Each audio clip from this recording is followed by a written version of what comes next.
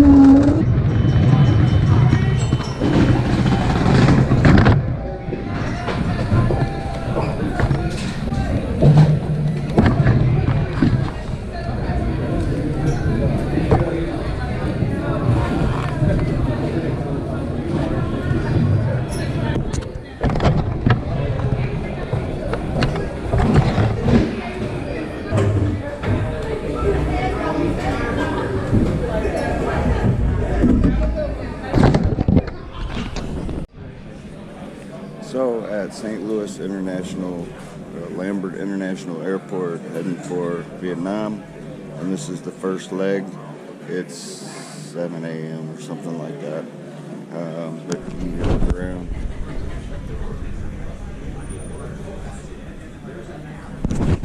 Here it goes. And then to Hong Kong, and then to Ho Chi Minh City. Ready to go.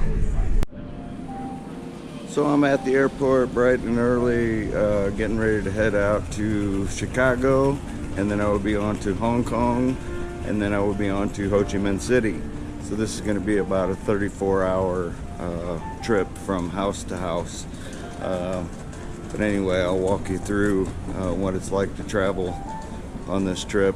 I'm just walking around the airport, got my coffee, ready to rock and roll. All right, so you get to see some of the travel portion of my videos. You know, you see when I get there and before I go, but you don't ever see the actual traveling part. So I'm gonna document this the best I can, but some places you can film, some places you can't. We'll see, you know, when security tells me to put my camera away, I gotta put it away. See ya in Chicago.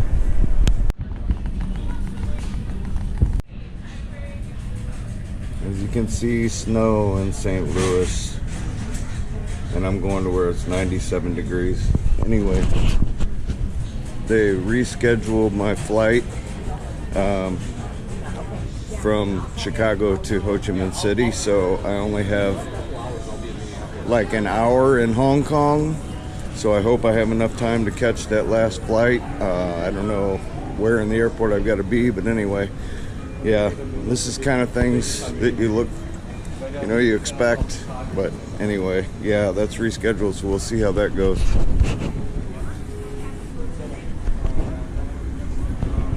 I'm all the way down at the end, the last gate in the airport. So we'll board here shortly. I think I got about an hour, and we're board, and I'll take you from there. There we are, Chicago.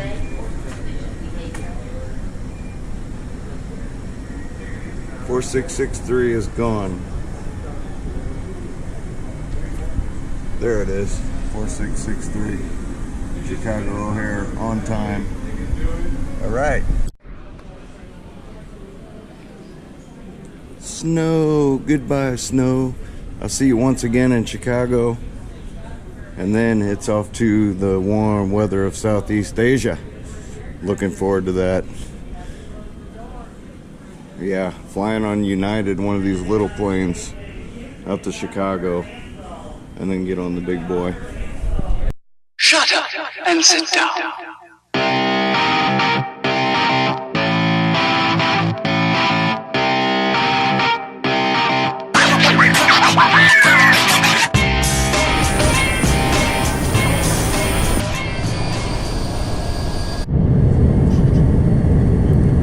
Chicago.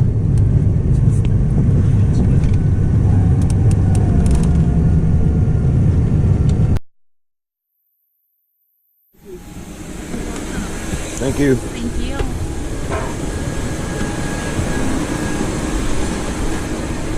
I guess. Or do you want to take my bag and I'll get both? That would be good. So I just arrived in Chicago. That's about a hour-long flight. No big deal. But I don't know why flying to Chicago instead of LA, because through Chicago you still got 17 hours to Hong Kong, but if you fly to LA, then you got a little break at the LAX airport for you know, a little while. You get a little break, get off the plane, get something to eat, and then get back on. And then you only have 11 hours to Hong Kong. So anyway, that's what I'm doing. It's a little after 11:30. That flight got delayed by almost an hour, but the next flight was rescheduled also by an hour or so. So you're gonna have problems like that. You know, you always want to make sure you have plenty of time at the other airports, connecting flights and all that. I'm running out of breath. So I've got to go from, I'm in Terminal 1, and I've got to go to Terminal 5. So that's quite a ways away. And then I'm gonna try to find my next flight, which would be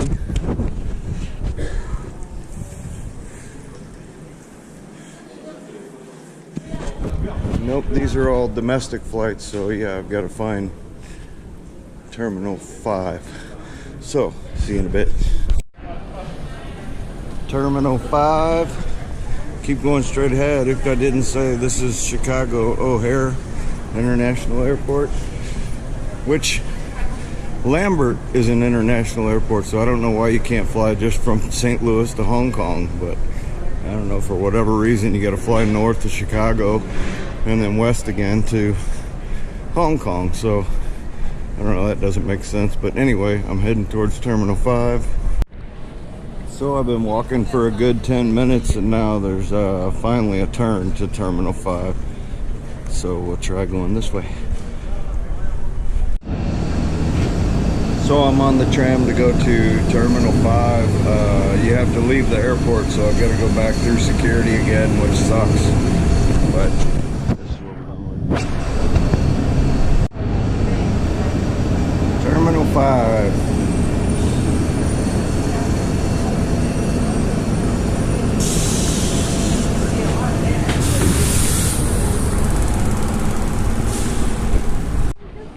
So yes, I had to go through security again.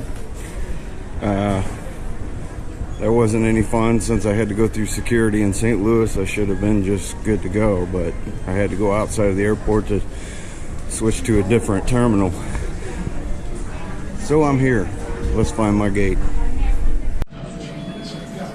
So after I went through security, I went and found my gate, the boarding gate, and it leaves in 2 hours. It's 12:30 now. It leaves at 2:30 p.m. So I've got a little while, a couple hours to kill. So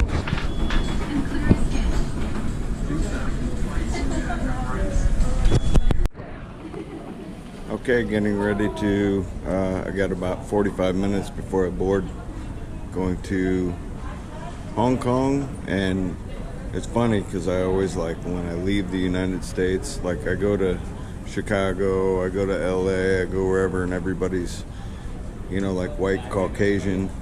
And I don't mean this to sound racist, but it's not, it's a fact. But you get off the airplane in Hong Kong, so my next stop will be like, all of a sudden I get off the plane and everybody's Asian, nobody speaks English. So anyway, that's where I'm at right now, waiting to board the plane, and I'll catch you in just a few. Leaving Chicago for Hong Kong, and my television is stuck on children's movies. I told the stewardess she's supposed to reset it, but she hasn't done it.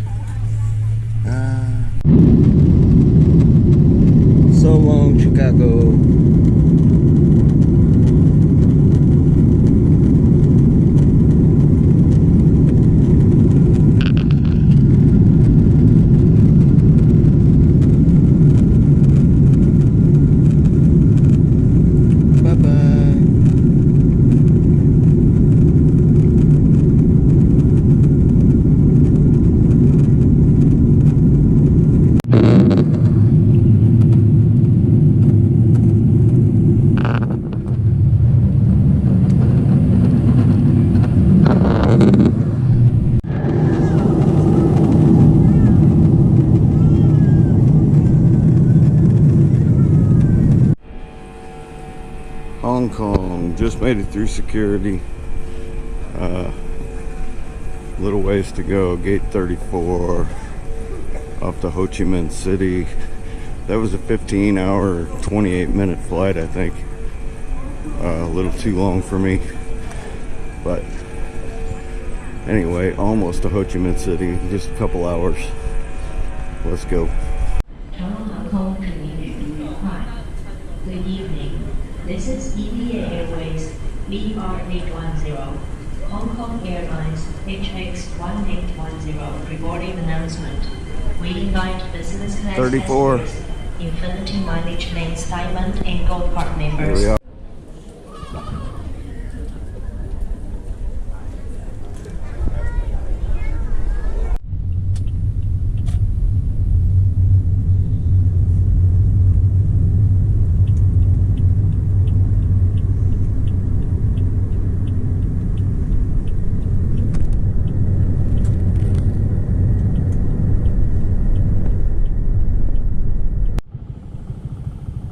Sorry I didn't get to film much in Hong Kong because my flight was delayed in Chicago by like an hour. So then when I got to Hong Kong, I had like just enough time to get from one plane to another. But that just goes to show you, I mean, this just little short video doesn't show you much about what the travel is like here, because you can't film in certain areas like customs and immigration. Sometimes you can't film. And I arrived at like 2 a.m. and then I waited for my luggage, and then figured out that my luggage was, after 2 hours, it was in the corner. They had a lock on the bag, on the two zippers that come together. I had a lock on there, and they broke the lock off and tore the zippers off, unpacked all my bags. I don't know if they're what they were looking for or whatever. But anyway, they put it back in they dumped it all in a big plastic bag. And I just seen my name on it over there, over in the corner, after pretty much everybody had already cleared out. So I took a taxi home and arrived at like 5 a.m. Now it's 2 weeks later. Okay, I'm lazy. It's the Tet holiday. Yesterday was Tet, New Year's Day. Today is the day after, and it's like really boring this year. Normally I have a house to stay at. I usually go to somebody's house, get invited to go to somebody's house for Tet holiday. But this year, for whatever reason, this is 7 years I've been going to Tet holiday at people's houses. This year I didn't really get an invite. I did get one invite, and the time kept getting closer and nothing was said, and I just didn't go. I didn't know what time or whatever, so I just didn't go. And I don't know if I was uninvited or what. But anyway, so now I'm on a little back road in Vietnam, back to my home, my second home, and I'll show you a little bit of the ride. Anyway, it's peaceful and quiet here because it's the Tet holiday, but it's boring. So anyway, check it out.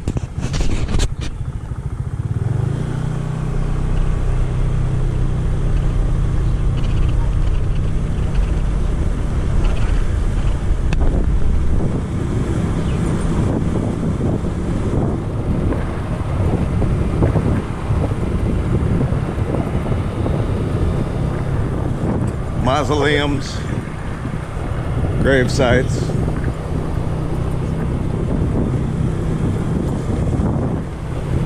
A lot of coconut and banana trees.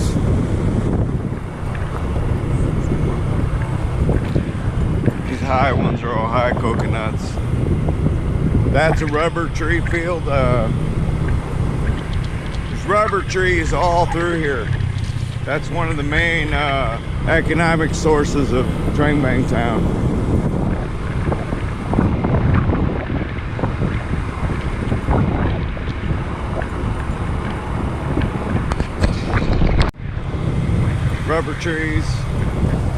Rubber trees, you see?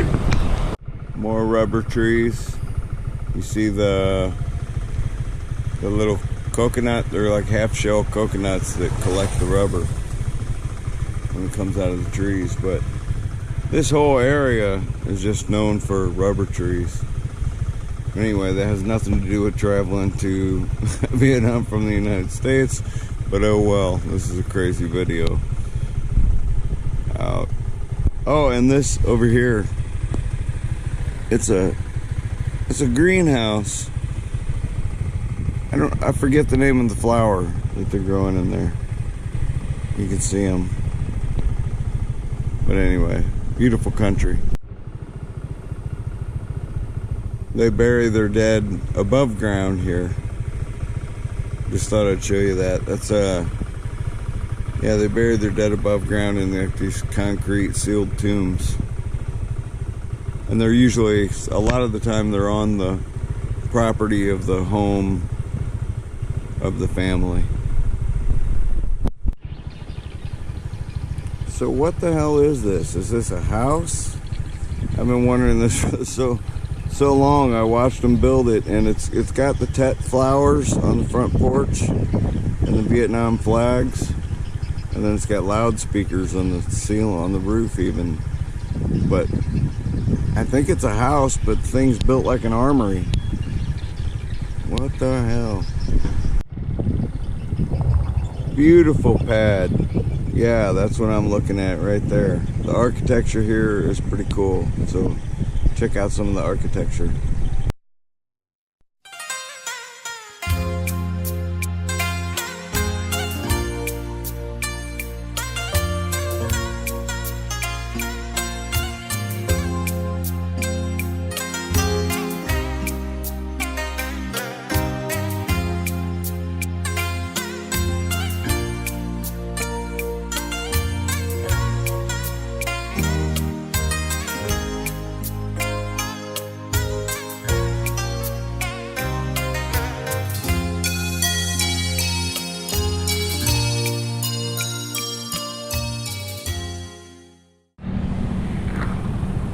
This house is one of my favorites. That's what I'd like to do, something like that.